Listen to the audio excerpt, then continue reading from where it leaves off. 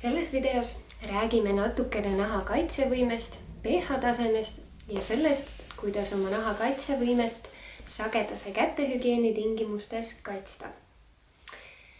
Nahk on meie kõige suurem organ ja ühtlasi ka kõige esmane kaitse väliskeskkonnast pärit ärritajate vastu.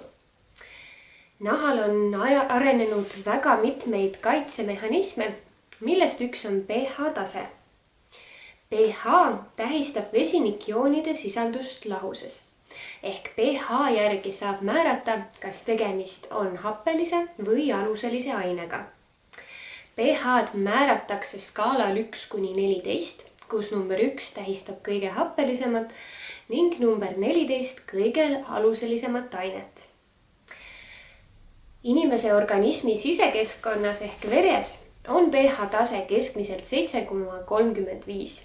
Naha sügavamates kihtides on pH-tase sarnane organismi sisekeskkonnaga. Naha pitmisemas kihis on aga pH-tase veidi happelisem, jäädes vahemikku 4,0 kuni 5,6.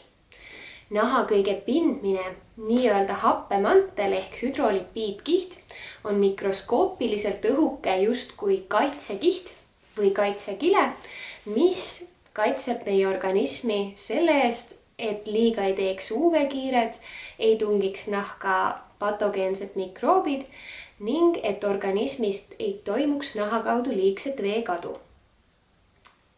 Meie hüdrolipiidkihi pH-tase sõltub mitmetest teguritest.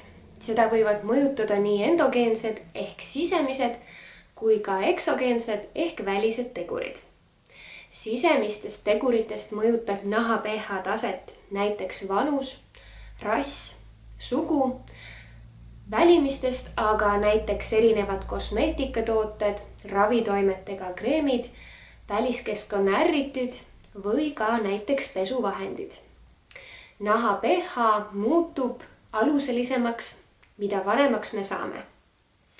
Kui me kahjustame naha hüdrolipiidkihti ehk tuntud ka kui happemantlit, siis muutub meie nahk ärritajatele hoopis palju vastuvõtlikumaks.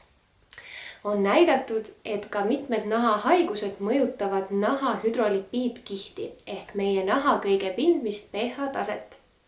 Haigused nagu akne, ärrituskontaktdermatiit või atoopiline dermatiit muudavad kõik meie naha pH-taset. Kuidas siis sagedase kätepesu tingimustes oma nahka kaitsta?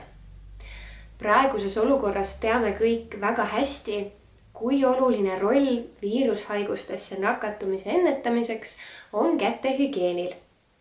Ometi on aga paljud meist ilmselt tundnud ka seda, kuidas sagedane kätepesu ning desinfitseerimine muudab naha pahatihti kuivaks ja karedaks.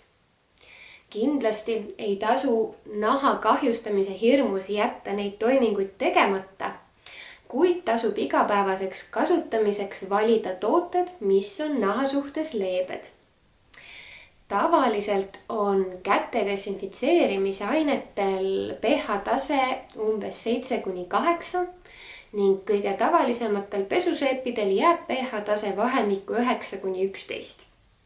See tähendab, et need ained on meie naha oma hüdrolipiidkihi suhtes aluselised ja võivad tekitada meie nahale pH-taseme muutust.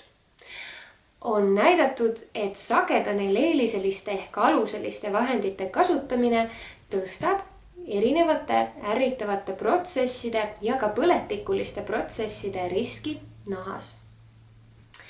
Seega tasub igapäevaseks kasutamiseks valida tooted, millel on meie naha hüdrolipiidkihi suhtes neutraalne pH ehk tooted, mis sobituvad meie naha hüdrolipiidkihi pH-tasemega. Tasub hoolikalt jälgida, et tooted oleksid dermatoloogiliselt testitud, sest just sellised tooted aitavad meie naha kaitsevõimet säilitada ja taastada.